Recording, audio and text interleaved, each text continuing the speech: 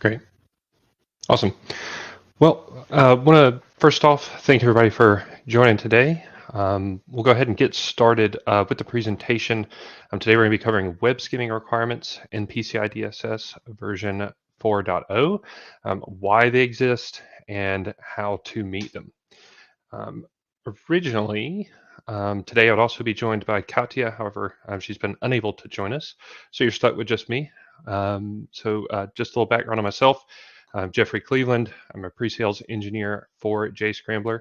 Been here for about 2 years, and when I joined 2 years ago, my background was mostly in network security. But as I saw for myself, see more of the experience go to cloud and especially go to web, where we're starting to do more computing and um, more activity in the client side.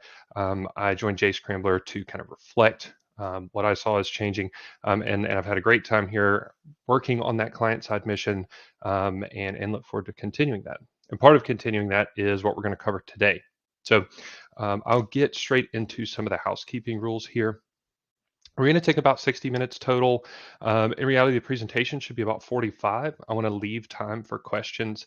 So please ask your questions in the chat, or there is a designated question section here in Livestorm. We'll also have 3 polls for you guys to answer that we'll review the results of periodically through the presentation to kind of see where you guys are at with these requirements, with some of the solutions.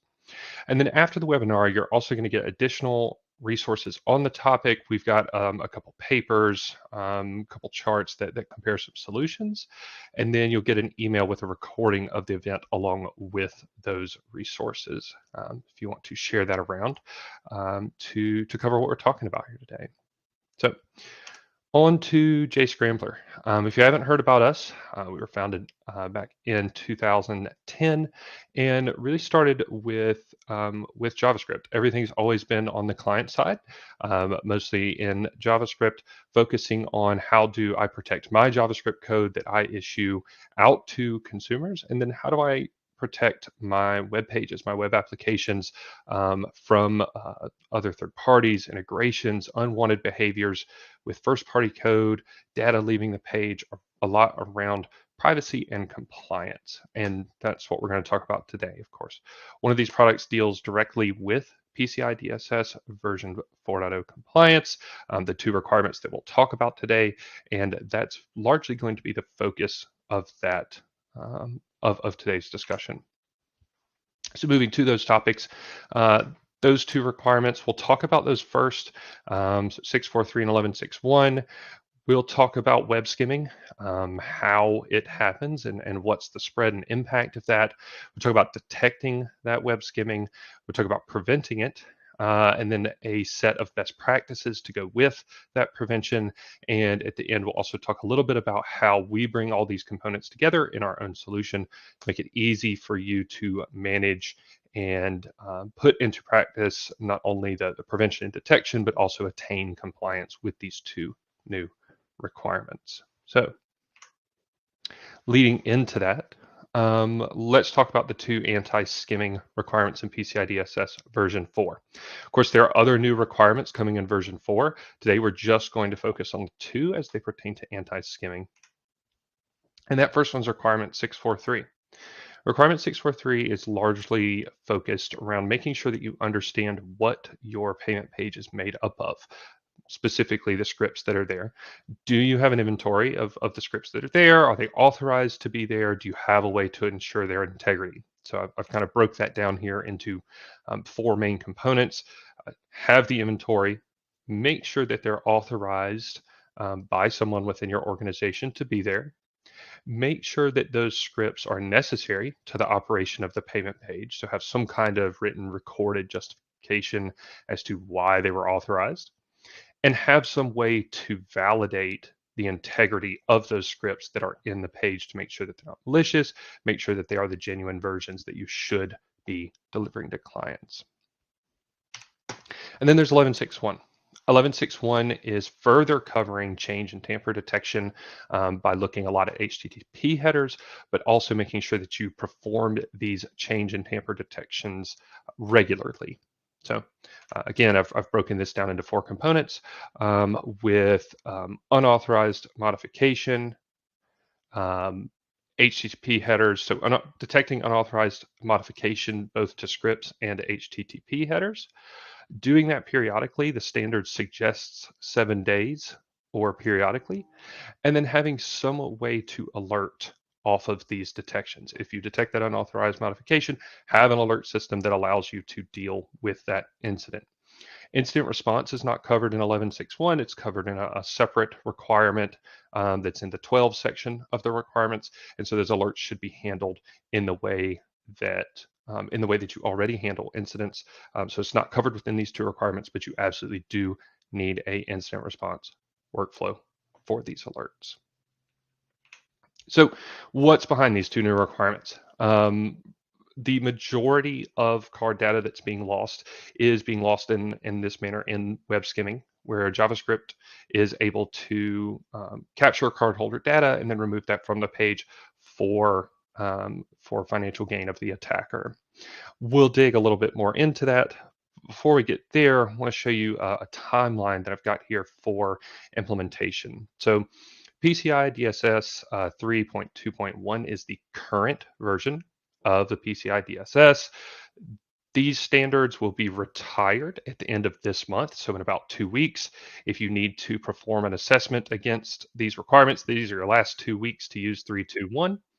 And in the next quarter, we'll swap over to the version 4 requirements for any assessments after that. These 2 specific requirements that we're talking about today are best practice along with a few others until next year this time. However, what I've got here is a suggested time for implementing and making sure that these controls are in place by the time they move from best practice to required. So 30 days under the PCI vendor research and qualification, understanding the requirements, right? If you're in this webinar, you've already started this process. Some kind of proof of concept, procurement, deployment, and then testing. Of course, keep in mind, this is suggested if you're a larger or smaller organization or have different policies.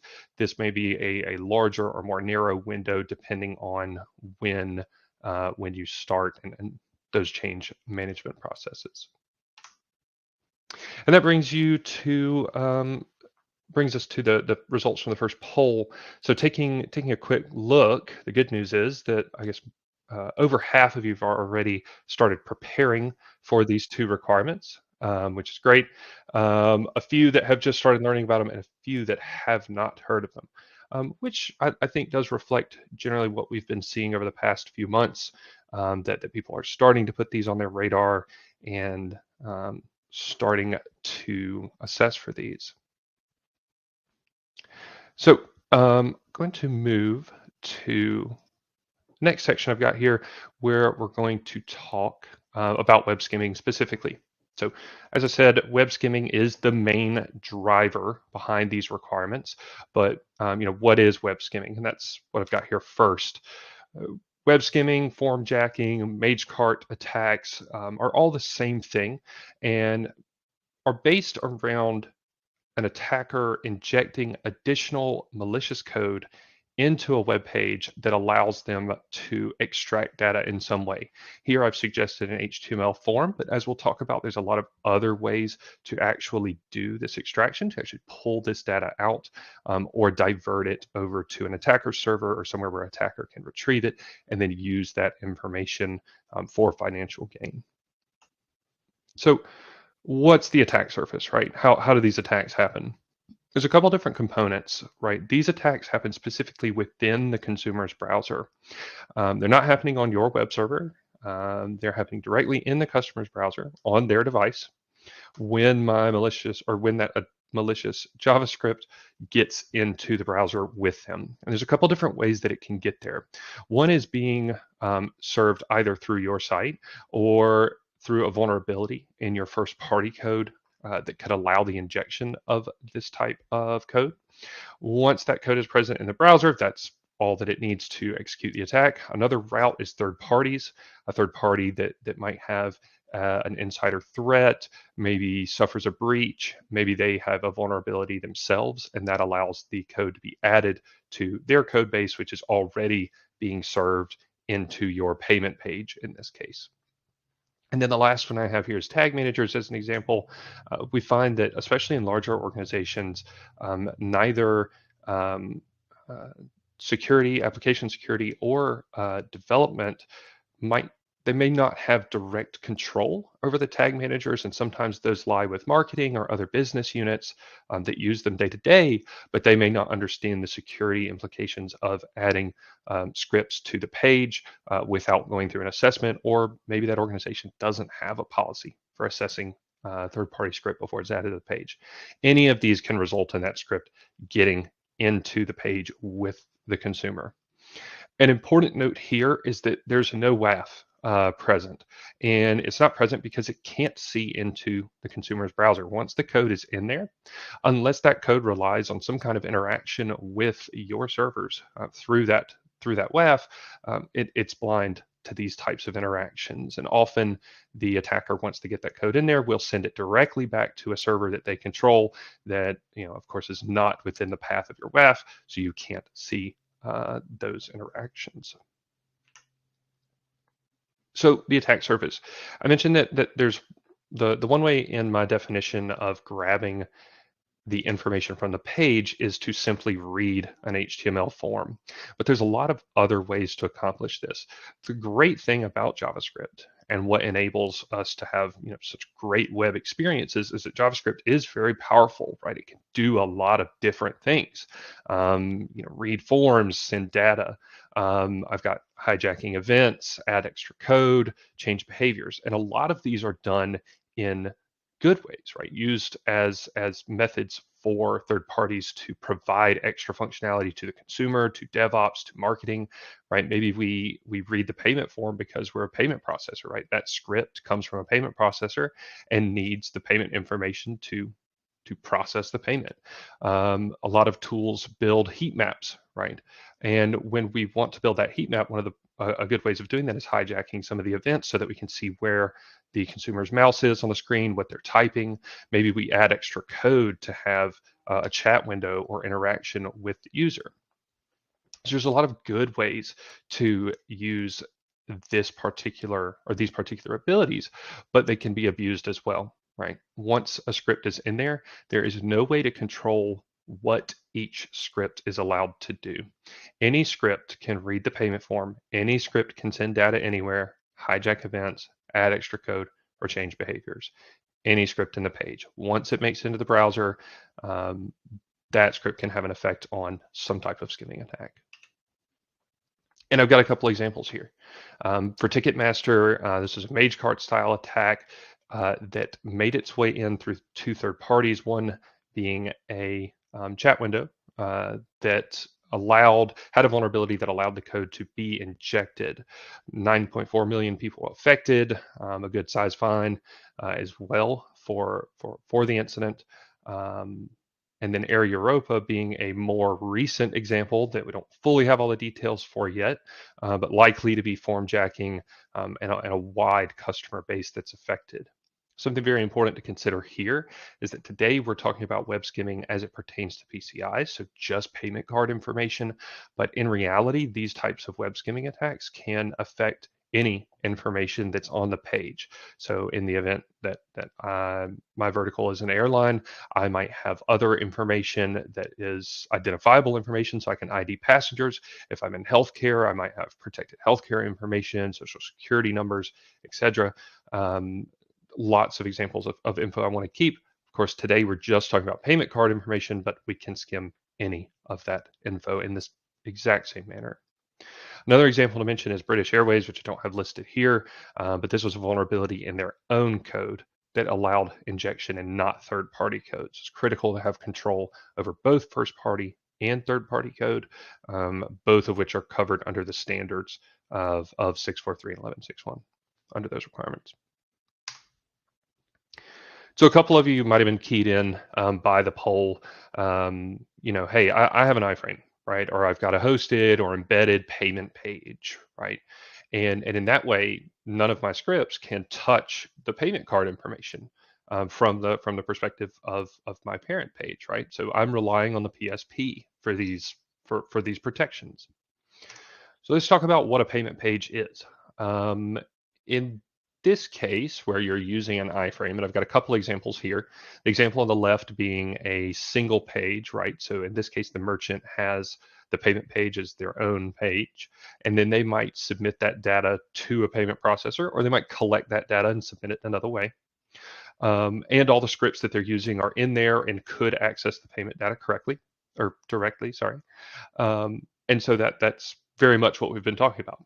These other two examples on the right are where, in this case, the merchant owns the just the pink area of the page or purple, and not the blue section.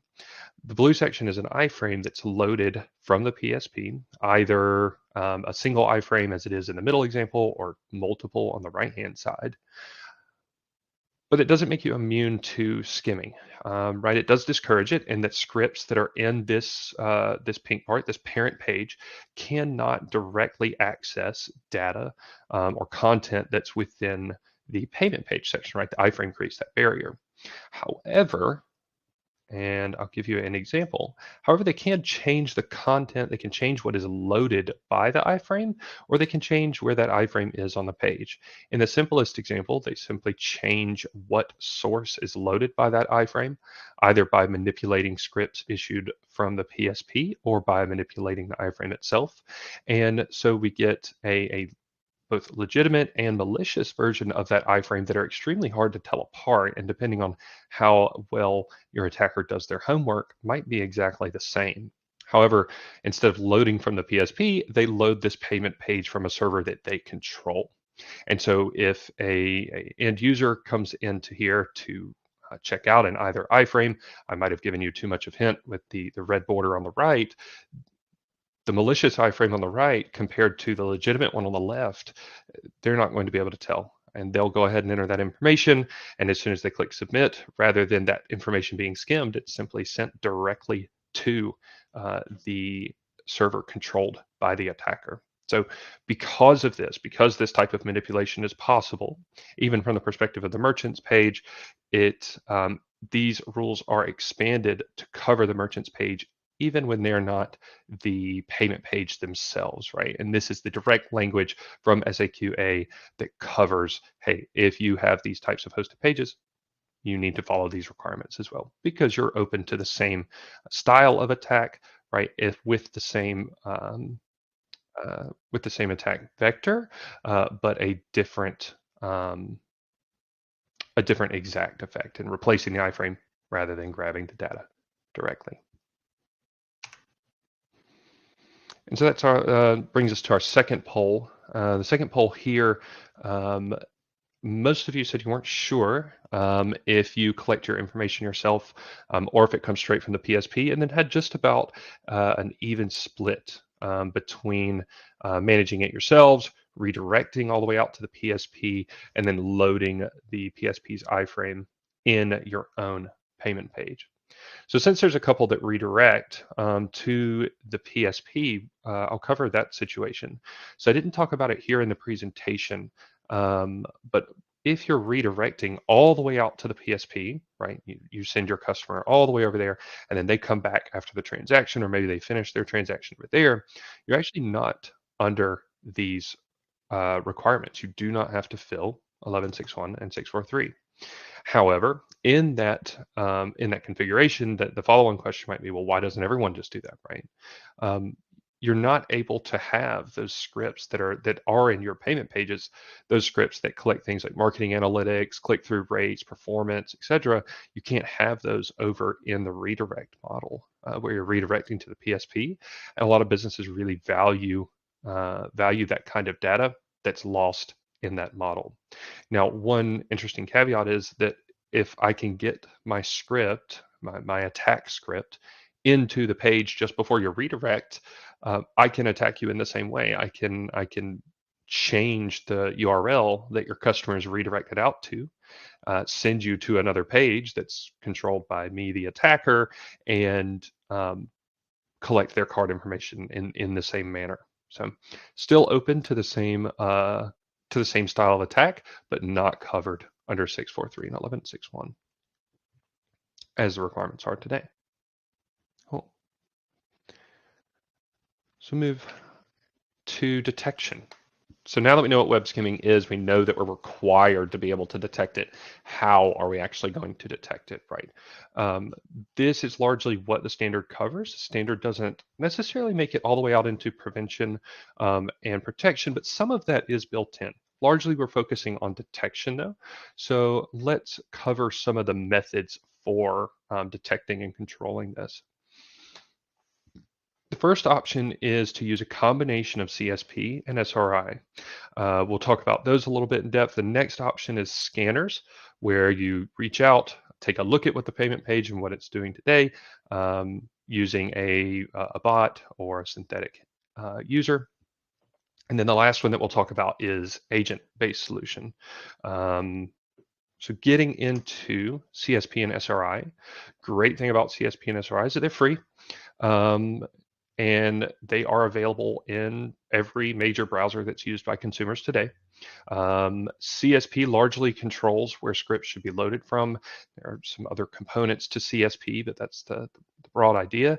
And the SRI, sub-resource integrity, so CSP being content security policy, SRI being sub-resource integrity, is going to control the specific version of a script that should load. So once that, and it's based on hashing. So once those hashes are loaded, SRI is only going to allow scripts to load that exactly match the file hash of the script that it's expecting to see. This can cause issues when a third party that you rely on updates their script. For example, let's imagine maybe the worst case scenario would be your PSP, your payment provider, updating a script that you rely on to process transactions. Once they update that script, it will no longer match the SRI, right? So keep in mind that SRI is a hashing solution. Any small change is going to change the hash. They won't match. SRI will not allow that script to load. And there's no alerting system within SRI, so it's going to fail silently. Once that occurs, you need to first detect that you're no longer loading this script in the page, i.e., your payments aren't working, your transactions aren't happening. Then you need to figure out why, right? Okay, the PSP script doesn't match the SRI hash anymore. And then you need to update that hash, right? And in that process of updating the hash, you also need to make sure that it's not a malicious version of the script. You need to make sure that it's a genuine version and that it's something that you want your consumers to load. So you need to do that entire process every time a script updates. And as you can imagine, that difficulty is going to increase as the quantity of scripts on your checkout and payment pages increases. So some drawbacks there, even though those are openly available. You will have to have a lot of processes, maybe some developer time around either maybe semi-automating some of that or manually managing the update of both CSP and SRI. Scanners, you may also hear called synthetic users or just simply bots, go out to the payment page and browse it as though they were a regular user. When they do that, they many of them check all of the scripts that load, where they came from, might check versions, and they'll look for an alert for changes based on the last time that they did the scan. So scan frequency can be very important when you're using a scanner. How often are you checking the page? Is it once a week, as suggested by the standard? Are you looking more often, right? This is going to be your only chance to detect this type of skimming. So in deciding that frequency, it's an important decision to make sure to give yourself the best chance to actually detect that particular skim. Once you have a scanner in place, a lot of them do require some training where you basically browse the scanner through, show it how to read the page so that you can ensure that it's actually making it all the way through a transaction. Another thing you may have to do is go to your bot prevention if you're using any kind of bot prevention or detection and allow a bypass for the systems that are hosting the scanner, and make sure that they stay trained to the page. You have to check them regularly and make sure that they are still reading the page correctly, that they're still reading the full inventory that you expect. And then lastly, agent-based solutions. These are generally made up of JavaScript themselves that's loaded into the page first or very early. And this gives them the ability to see what all the other JavaScript in the page is doing, see where it comes from, and in some cases manage that script. In doing all of this, you can send these solutions typically send telemetry back to a central set of services that collect that information, can build an inventory, can allow for tracking over time. And one very important note about agent-based solutions is that typically you're monitoring every single user session and every single checkout. And rather than simulating it, as in a scanner, you're actually watching a real transaction that goes through in real time. So if a skim occurs and you're in every single session, you'll know about it from the very first occurrence and not from when you first check it with your scanner. Some agents also give you the ability to block malicious behavior outright and to control what's going on in the page. And so that can be an added benefit on top of meeting all of the standards. I've got kind of a chart here, a table that compares all these solutions together. This is going to be in the materials that we'll send you after the presentation here. So I won't cover this, but just know that this will be in the materials kit for after the presentation. And then, yeah, our last poll was around CSP to see how many people have used CSP in the past, right? And again, well, mostly saying no CSP whatsoever.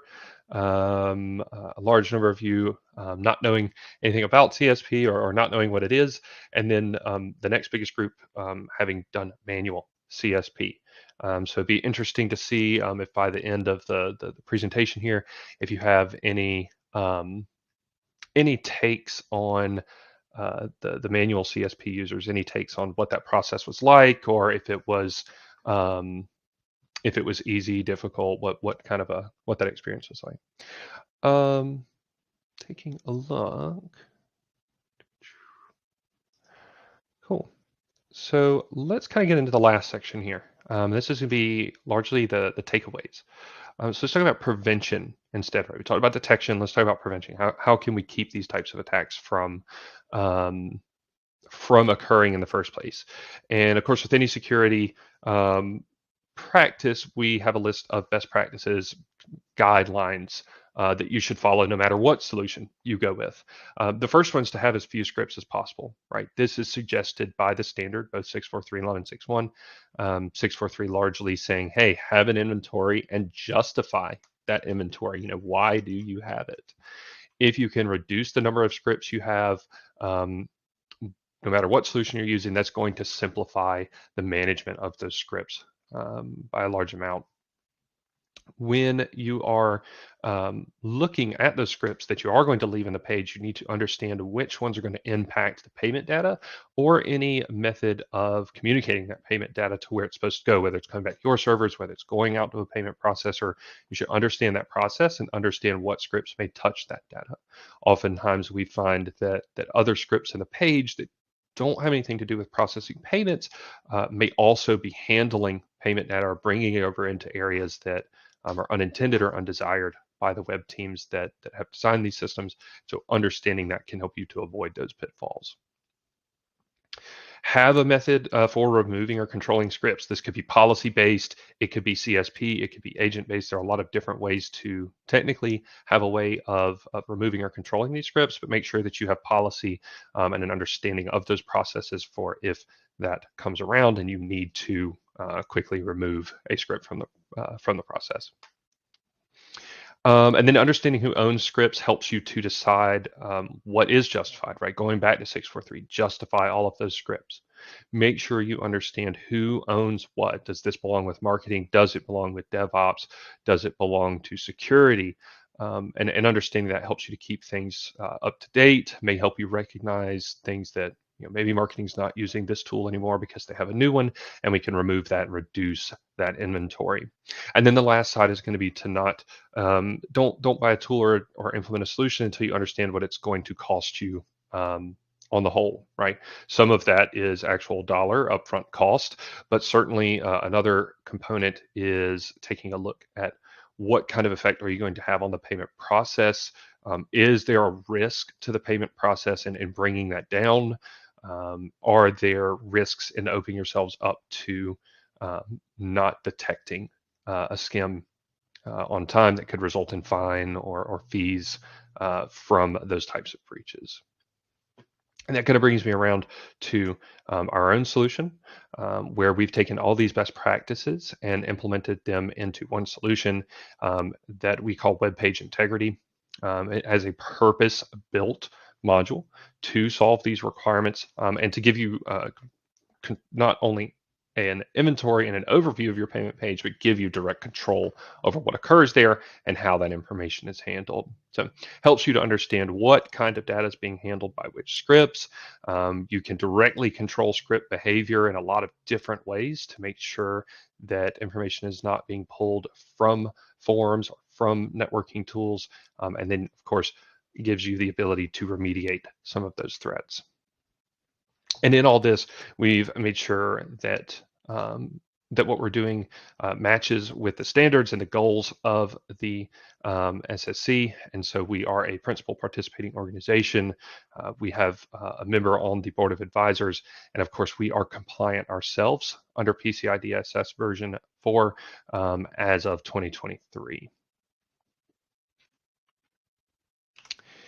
Right, so that sets us up to be a comprehensive platform for controlling not only your payment pages, but really everything that is making up your web application. Like I say, from the compliance, from understanding the power of JavaScript and how to protect that script, whether it's you developing it, whether it is third-party integrations that you're using, and being able to control the web app completely. From there, I want to kind of give you a quick peek into what authorizations look like when you use our solution to meet these requirements. What is that management going to look like? And so I will stop sharing the presentation for just a moment and get my dashboard here ready. If you'll give me just a second. And I will share my screen here.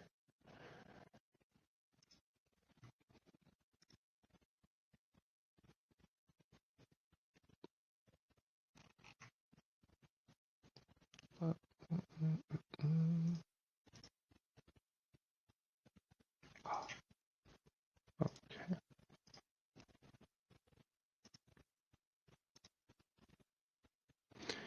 Great. And so I think you guys should be seeing my full page now. Yes. Great.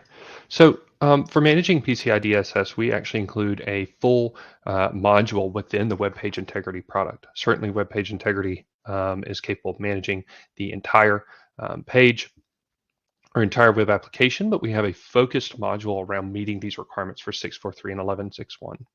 I'll start here in the alerts page, which will give us an idea of anything that we need to take a look at in order to remain compliant. This is attached to an in-progress deployment. So you'll note when we get over here to the payment page manager, I have some stuff that's already authorized from previously, but these are things that we need to look at to stay within compliance. So we receive these alerts as soon as changes are detected in the page.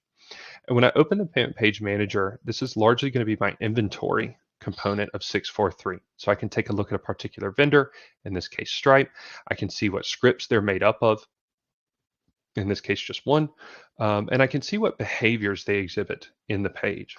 And these behaviors are how we track integrity. So rather than taking a strict look like SRI, where we're looking at hashes and exact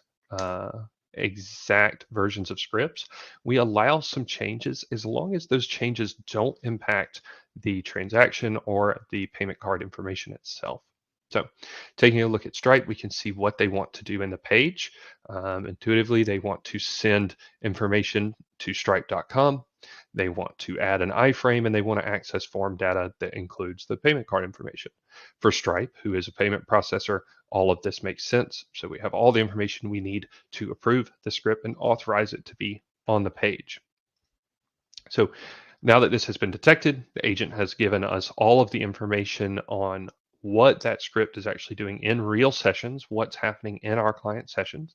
We can come in here and justify this and say, hey, this is our payment provider. I've got just a short description in here, but it's a free text field that you can include all the detail you need. And we can allow this vendor in the page broadly. And when we hit save, we'll see them drop back down to authorized. And in this way, they will stay authorized until any of these particular values change, until they try and do something new with an iFrame, transfer to a new domain, or access new form information, which is what we see here with Full Story, where they have a bunch of new behaviors. They were previously authorized. This highlights the history here, where originally John F. had come through here and authorized this to be on the page, but now in the past week it has changed and wants to have new behaviors that, if we take a look at those behaviors, might lead me to believe that now that it's accessing card information a couple times, that maybe this is a web skimming attack. And in that way, I can come into the authorize window and move it from allow to block and remove the ability for Full Story to have this effect on the page. From here, the agent will be retrained and reprogrammed and immediately made available to people going through checkout, so that this script is not allowed to handle the payment card information inside of those sessions while we figure out, hey, what's going on here? Do we have an additional script? Have they had a change? Have they had an event that is causing this type of behavior? For 11.6.1 and in monitoring HTTP headers, we'll see that I've got a few here that are being reported back by the agent. In here, I can review these headers and say, yes, this is a header that I expect my clients to have, I expect to receive. And when I do so, I'll set a baseline for that header and make sure that I don't receive an alert in the future until that header changes in a significant way to cause some concern. So once I've gone through and authorized all these, I have a clear set of alerts here. And from there forward, I'm just waiting on new alerts to come in to give me the idea that I should go back out and check on the content that has been retrieved. Now, per the standard, you need to examine what is going on inside the payment page every 7 days, or at least it's suggested by the standard. In this way, you're actually checking every single checkout. So you're checking every day, every minute, however often you have checkouts, and you're only receiving an alert once the WPI systems have detected that there is something significantly different between those sessions. You get continuous protection. You're not waiting for a certain time to come around to have a chance at detecting this type of attack.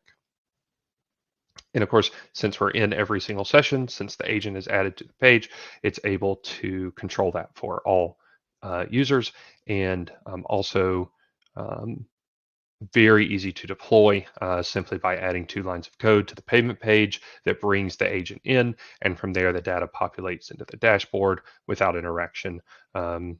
Not needed for you to come in here and train it, make sure that data is being processed correctly. All of that is handled by the backend and by the team at Jscrambler. So let me stop sharing here. And I think from the presentation, all I have left is the Q&A. So if there's any other questions, I've got just a couple here that we'll answer, but if there's any other questions, love to take those at this time, and then we'll wrap up. So let's see. Luis asks, how does Jscrambler ensure the security of JavaScript code obfuscation and protect against reverse engineering and tampering? So this is kind of where we got our start. Today, we're largely talking about web page integrity, which relies on a slightly different method to deliver, but does rely on the obfuscation and protection of that agent, right? So in any agent-based solution, and something that's critical when you're buying an agent-based solution, which Jscrambler we are, Something that you want to check is how well protected is the agent, right? Are you actually keeping someone from taking that agent, tampering with it? Is it a vector for a third party risk itself, right? So you want to make sure that it is that it's hardened and resistant to tampering.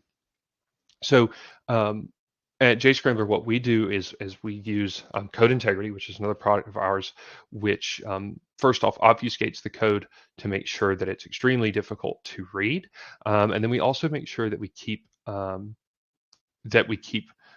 agent self-contained, so that you can't manipulate with the network traffic in order to affect its decision making. So it's able to make all the decisions in the browser locally, so that it doesn't have to call on a server to make decisions. This also has a lot of performance bonuses to make sure that the page stays performant, right? That we're not slowing down the checkout process, affecting click-through rates or conversions as well.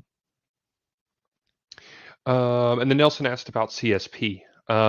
Personally, and specifically on injected scripts for Google Tag Manager.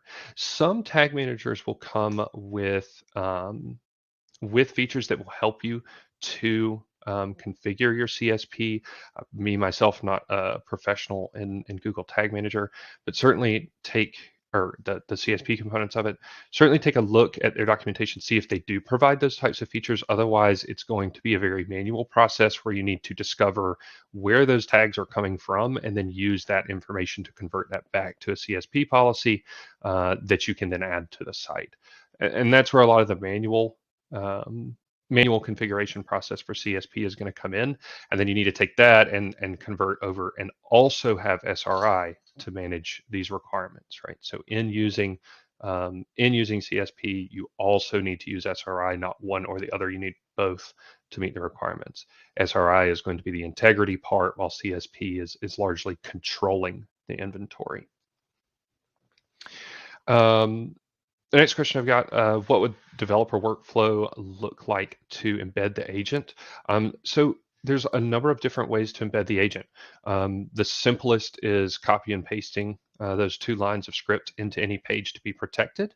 And certainly if those pages rely on a template, it could be added to just that template. But we do also have customers that use tag managers to inject the agent as well. So they simply add that to their tag manager, add it to the pages, and that's the end of it. Some groups will include it in staging as well, since we are able to take a look at what each script is doing. It can be beneficial to have us in staging where we can observe what's going on in there, what's going on with new scripts that you might want to add to production, so that you can get a good idea of what that effect's going to be before it makes it all the way out into production. Let's see. Next question. Those requirements applicable for a merchant using a PSP payment page or just redirection with the iFrame. So there's 2 scenarios where you're using a PSP. One is if you're loading the iFrame and that iFrame is loaded into your own page. In that case, the requirements do apply. And the second case that I believe you're describing is when you redirect the client all the way out to the PSP, so you're only on the PSP's page. In that case, you do not need to fill the requirements. As I mentioned earlier, you are still vulnerable to the exact same attacks. If you get a piece of script in the page where you're doing the redirection, the last page before the redirection, they could use that script to change the redirect itself and affect a very similar style attack, though you wouldn't be skimming, you'd simply be sending the user to another location. And then the next one, talking about providing the script or loading from remote. In this case, we typically own those services, so it is a remote origin that's done so that the agent can be updated and so that there's no overhead on management for the user. In this case, the merchant, there's no overhead or management of those systems to make sure that they're available. We do have SLAs and availability. I don't have those handy, but would love to provide those to you after the presentation.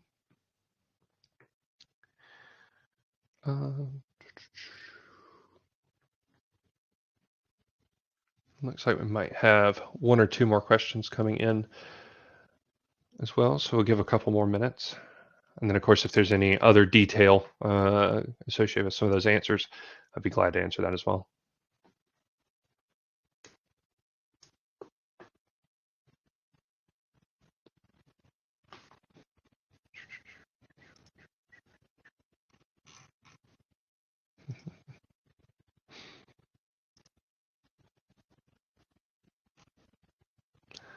I'll go ahead and move us over here. We'll still give a couple more minutes in case some questions come in, but I will move us here to the last slide. So yeah, I hope everything today was very informative. Hope it gives you a good idea of why merchants are being asked to implement these types of controls and the benefit to security itself for payment card information. Of course, reach out to us if you have further questions, want to inquire more about solutions or planning, or just want to discuss your particular situation. We'd love to help you. Love to help you understand these requirements more, as they can be quite challenging. I've got some contact information up here. Of course, we're on LinkedIn. We've got a newsletter. We'll send you some info after the presentation here, but I'm also on LinkedIn as well. Feel free to reach out to me directly, and love to take other questions or inquiries there. And so I got the last question I'm going to answer here, saying that, is the script loaded to monitor the payment section, or do you need to monitor the whole app? So from the merchant's perspective, the iFrame is within your page. You only need to monitor around the iFrame, not within it. Because these standards apply to payment pages and parent pages, since you're getting the iFrame from a payment processor, the payment processor actually needs to fill the exact same requirements within the iFrame, and the merchant is responsible for outside of the iFrame in the parent page. So really, these requirements apply twice if you're using the iFrame process, but one side filled by the merchant, one side filled by the PSP. So you're not responsible for the content of the iFrame for the container, just what's outside of it. Great. And that's going to wrap things up here. Again, really appreciate the time. Hope we've been very informative. Look forward to more reach out. Let us know if there's other questions that we can answer, or if we can help you navigate this space and any other client side protection needs. Thank you so much.